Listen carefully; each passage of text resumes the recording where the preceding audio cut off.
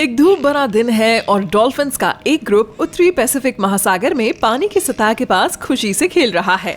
वो काफी खुश है और तभी अचानक सतह पर पानी की एक लहर उठती है। लहर तेज होने लगती है। ऐसा लगता है जैसे या तो कोई सुनामी आने वाली है या किसी तरह का अंडर वाटर वोल्केनो विस्फोट होने वाला है। उनके इंस्टिंक्ट कहते हैं कि उन्हें वहां से भाग जाना चाहिए, लेकिन उन्हें नहीं मालूम कि सबसे महफूज रास्ता कौन सा है। अचानक एक तेज दहाड़ हवा में गूंजती है। पानी बाहर की तरफ फूटता है जैसे कोई बड़ी वेल सतह पर आ रही हो। हेलो माँ, रुकिए, ये वेल नहीं है, ये इच्थ्योसार है, ट्राइसेक काल का एक बड़ा समुद्री ड्रैगन जैसा दिखने वाला मॉन्स्टर। ये 17 मीटर लंबा है और इसका वजन 45 टन है। ये डॉल्फिन से काफी मिलता जुलता है, लेकिन ये डॉल्फिन का रिश्तेदार नहीं है। डॉल्फिन वापस पानी के नीचे चली जाती हैं। खुशकिस्मती से इच्थ्योसौर को उन्हें अपना लंच बनाने में कोई दिलचस्पी नहीं है। ये तो बस खेल ही है। ये खास स्पीशीज समुद्री मोल्स्क, छोटी मछली और स्क्विड खाना ज्यादा पसंद करती हैं। लेकिन इसे ऐसा कुछ भी नजर नहीं आया तो ये अपने बड़े पंखों और लंबी ईल जैसी पूंछ के साथ शानदार ढंग से तैरते हुए सतह के नीचे गायब हो जाता है। कभी ये भी जमीन पर रहा करता था, लेकिन मॉडर्न टाइम व्हेल और डॉल्फिन समेत दूसरे प्री हिस्टोरिक लैंड रेप्टाइल्स की तरह ये भी वापस समुद्र में लौट आया और लाखों सालों तक इवॉल्व हुआ। इसके लिम्स फ्लिपर्स में बदल गए। कुछ स्पीशीज के फ्लिपर्स या फॉलगैस पर डिजिट होते थे। वे लगभग इंसानी हाथों की तरह दिखते थे। हेलो, कैसे हो? उनमें से कुछ के पास एक डोर्सल फिन होता था। उसके सिर नुकीले थे और उनके जबड़ों में छोटे शिकार को पकड़ने के लिए कॉनिकल दांत होते थे। उनकी आंखें बड़ी थीं, जिनका इस्तेमाल शायद गहरे पानी में देखने के लिए किया जाता था। उनका टेल फिन एक शक्तिशाली स्ट्रोक के लिए बनाया गया था।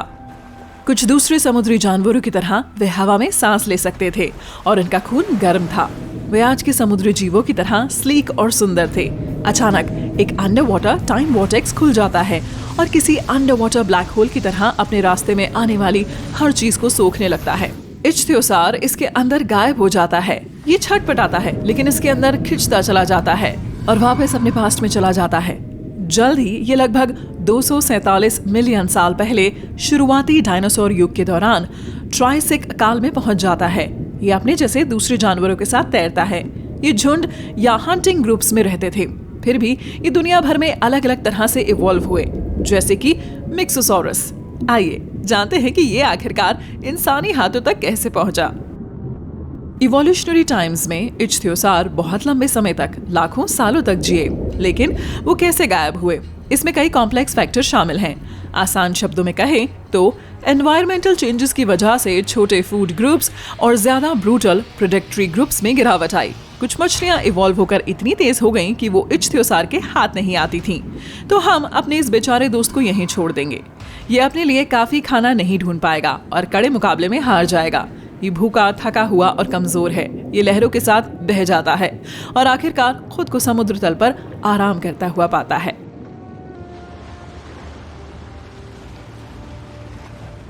लाखों साल बीत गए। ट्राइसेक और जुरासिक युग के दौरान समुद्र का स्तर धीरे धीरे कम हो जाता है, जिससे रेगिस्तान के बड़े इलाके सामने आते हैं। जिस इलाके पर हम फोकस कर रहे हैं वो नेवादा है, जो यूनाइटेड स्टेट्स ऑफ अमेरिका के वेस्टर्न पार्ट में मौजूद है। क्रूटेशियस काल के दौरान एक वोल्केनिक आइलैंड चेन बनी। जियोलॉजिकल उथल पुथल जारी है, जिससे समुद्र तल मॉडर्न माउंटेन्स में बदल गए। चट्टान में एम्बेडेड, जैसा कि आप अंदाजा लगा सकते हैं, न सिर्फ एंशिएंट वर्टिब्रेट बल्कि ज्यादा मॉडर्न क्रिएचर्स जैसे कि मैमथ और बड़े स्लॉथ वाइल्ड लाइफ का क्या शानदार प्रदर्शन होगा। लेकिन हम आज यहाँ उन पर बात नहीं करेंगे। आइए जानें कि हमारे दोस्त के साथ क्या हुआ। टाइम में आगे बढ़ते हैं और 1998 तक पहुंचते हैं। वो जगह नॉर्थ वेस्टर्न नेवादा का अगस्ता माउंटेन था, या खास तौर पर बोले तो एक जगह थी जिसे फॉसिल हिल कहा जाता था। चट्टान से कुछ वर्टिब्रेट बाहर झांक रहे थे। रिसर्चर्स बता रहे थे ये जिस भी क्रीचर का था वह काफी बड़ा था। ये साफ नजर आ रहा था। ये रॉक में इतना एम्बेडेड और कॉम्प्लेक्स था कि खुदाई में कई साल लग गए। सितंबर 2011 में एक्सकेवेटर्स को इस बीस्ट की काफी अच्छी तरह से प्रिजर्व्ड स्कल, फोरलिम्स और छाती के हिस्से मिले। आखिरकार 2015 में इस बड़े इच्थ्योसार को पूरी तरह से एक्सट्रैक्ट कर लिया गया। बचे हुए फॉसिल्स में एक आदमी जितने बड़े आकार के स्कल, एक कांधा और एक फ्लिपर जैसे अपेंडेज थे। फिर भी इसे दूसरी जगह ले जाने के लिए एक हेलीकॉप्टर की मदद लेनी पड़ी।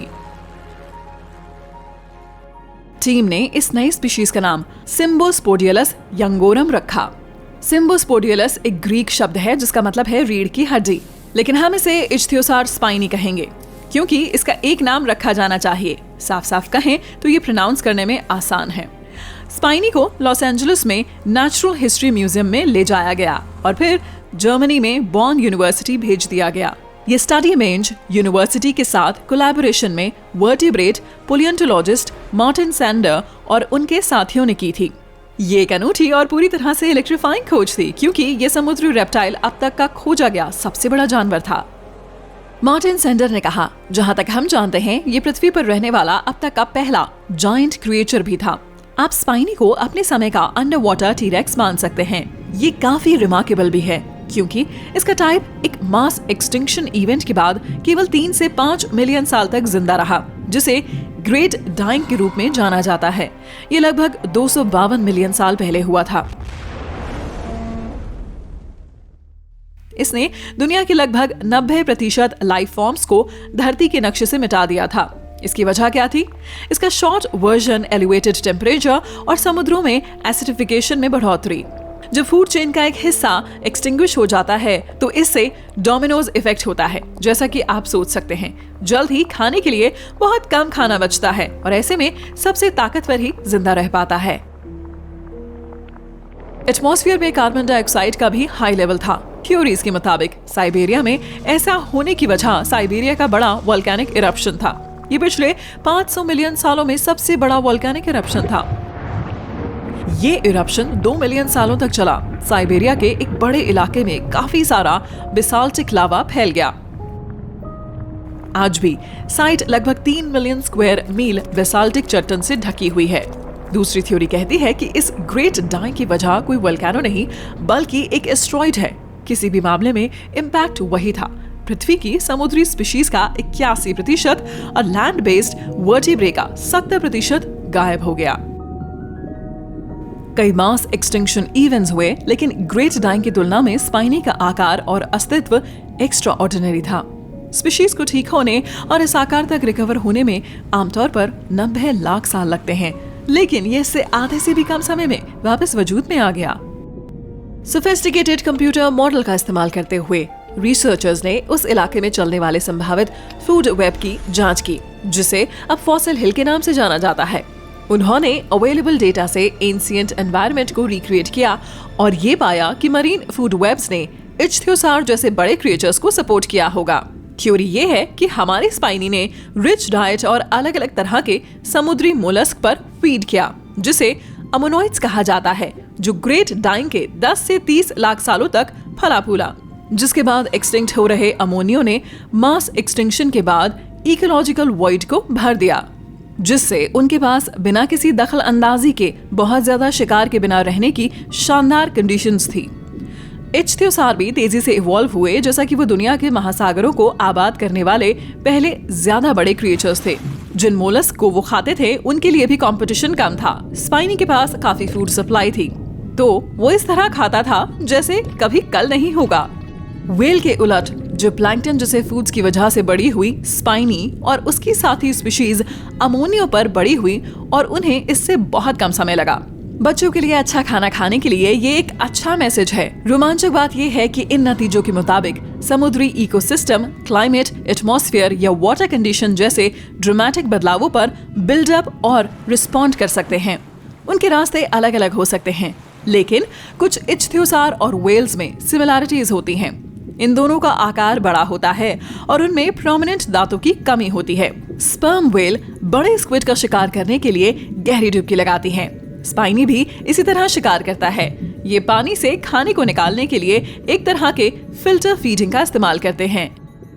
हमारे दोस्त ने मछली और स्क्विड और कभी-कभी छोटे इच्थियोसार खाए हैं। आउच! दूसरे इच्थियोसार फॉर्म्स में एक बड़ी छिपकली की तरह खोपड़ी के साथ बहुत सारे दांत थे। उनके तेज नुकीले दांत थे। इच्थियोसार लगभग पूरे डायनासोर युग के दौरान पुराने महासागरों में तैरते रहे। इच्थ्योसॉर के fossil England, Norway, Japan, Germany, Colombia, चीन और ऑस्ट्रेलिया जैसे कई और देशों में पाए गए हैं। वे अपने समय के अंडर वाटर प्लैनेट रूलर्स थे। 250 मिलियन साल पहले हम सोच सकते हैं कि स्पाइनी के पास बेहतर आउटकम होंगे। सूरज डूबने के बाद उसने अपना सर पानी से बाहर निकालकर प्राचीन आसमान के सुंदर नजारे देखे होंगे। वह एक पल के लिए रुका होगा और फिर पानी में डुबकी लगाकर अपने दोस्तों के पास चला गया होगा, अपने साथियों के साथ खुशी से तैर रहा होगा और ट्राइसिक महासागर के गहरे नीले रंग में फूड और एडवेंचर की तलाश कर रहा होगा।